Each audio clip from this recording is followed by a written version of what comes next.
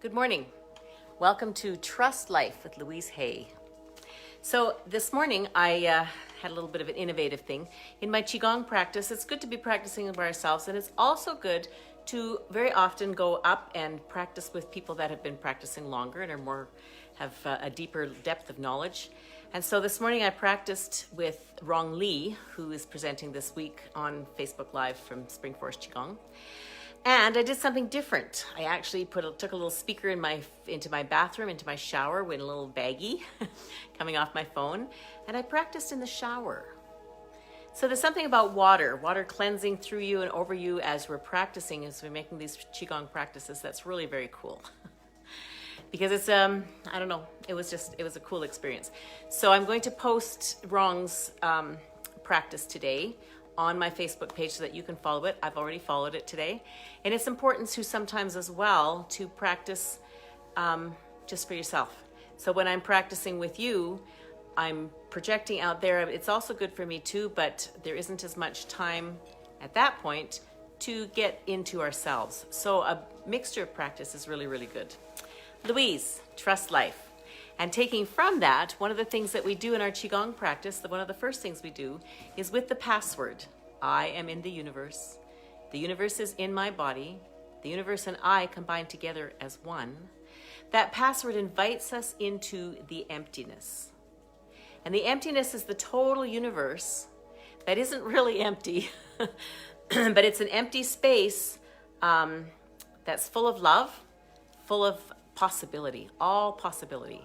And it's interesting how each day the things that Louise says and brings to our attention is also something that we've probably talked about in Qigong that day as well. So it's really interesting to see that congruity.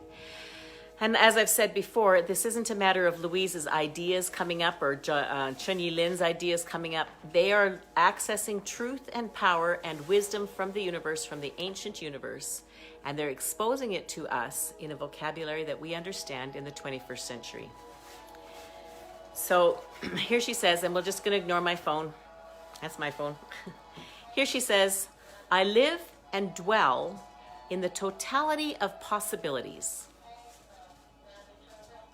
Let's just think about that for a second. I live and dwell in the totality of possibilities. Repeat with me. I live and dwell in the totality of possibilities. Where I am, there is all good. Where I am, there is all good. Think about these words for a minute. All good. Not some.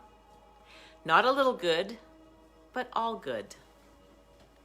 When you believe that anything is possible, we open ourselves to answers in every areas of our life.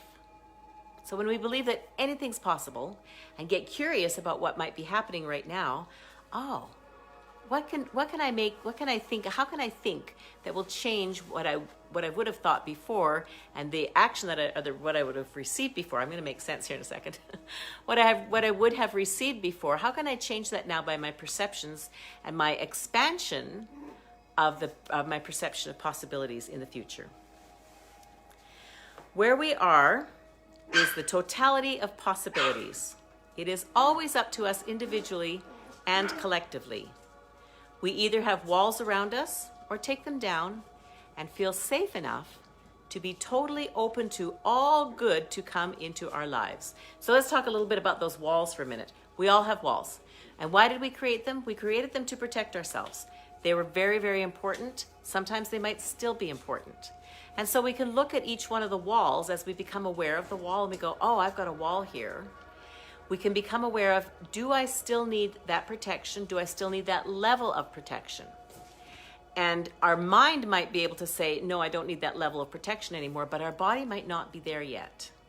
And so as we become more and more aware, and as we breathe more safety into our bodies will become able to release more protection if it's necessary. If the protection needs to stay there, it's not going to be released, because it shouldn't be, because it's there to protect. So I'm going to read that one more time. We either have walls around us or take them down and feel safe enough to be totally open to allow all good to come into our lives. And that this becomes a process. Okay, begin to observe yourself objectively. Notice what is going on inside you, how you feel, how you react, what you believe. And allow yourself to observe without comment or judgment. When you can, you will live your life from the totality of possibilities. Now, I just experienced something exactly like this that was really, really informative to me. I have an hair in my eyelash. I'm an all or nothing person. I go flat out 100,000% or nothing. And my body says, you know what, don't do that to me anymore. I like a little bit more gentleness. I like a little bit more relaxation. I used to run marathons, ultra marathons. The longest race I've completed is 100 miles. That's a lot of work. It's a lot of work in the preparation for it. I commanded my body to do it. My body did it.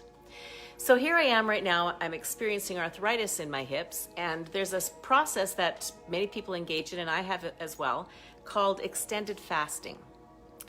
And when you look at the science around it, and I'm not going to go deep into that, the longer the fast is, the more healing that happens in the body. And so I undertook an extended fast. And I've fasted before, and I've done intermittent fasting. But my mindset was, I'm going to fast for 40 days. Because as I looked at the science, and there's a whole chart about what happens in our bodies as we fast that long, especially when we have disease in there, and I have some arthritis that my hips are experiencing.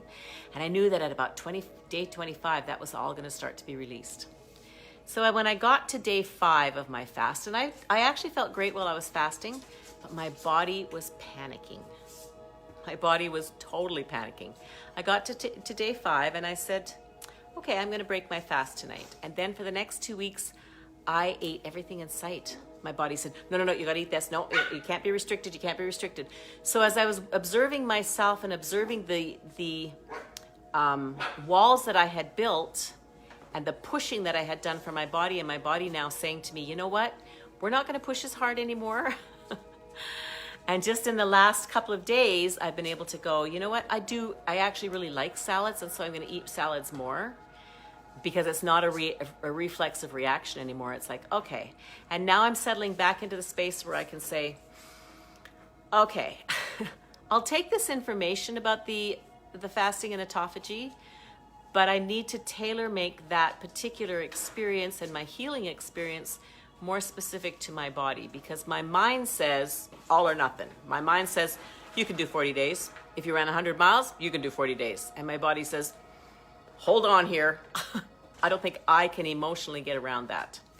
So as I observed myself objectively, and here she says, notice what is going on inside you and how you feel, how you react, what you believe. Now, another thing about the what I believe part, as I dropped that weight, I started to panic. As I put that weight back on my body, I felt safer. So there's some reason in my body, and I don't know the reason yet, but there's some reason in my body that I feel safer when I'm carrying extra weight. Interesting observation. So I'll sit with that. And with the EFT, I can just take little layers of that off of that. What is it that I feel safe about? Why don't I want that extra? What is all of this about? Little tiny little bits. It's not going to come in a big night flash. Well, it might, but it probably won't. Because I tried the flash part, my body said, whoa, slow down, slow down, slow down.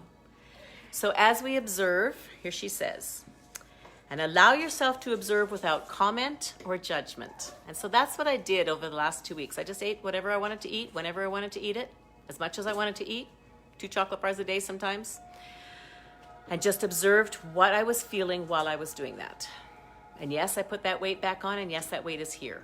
My next step is going to be doing some mirror work, naked mirror work, because acceptance of this body as it is right now is really important, and I don't accept it. I don't want to look at it in the mirror. And so I can see that that's my next step, just sitting with it and tapping and sitting and tapping and sitting. When you can, you will live your life from the totality of possibilities.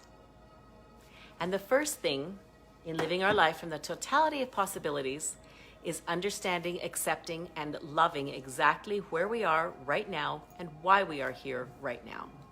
Because those protective mechanisms that we put in were clearly important, or we wouldn't have done it. And they're still important until we can safely understand how to peel back each little tiny layer in safety and allow that layer to be open and healed before we go to the next one. Because when we try and shove and pull everything off, we just rip the Band-Aid off the wound and it bleeds profusely, and then we're not going to do that again.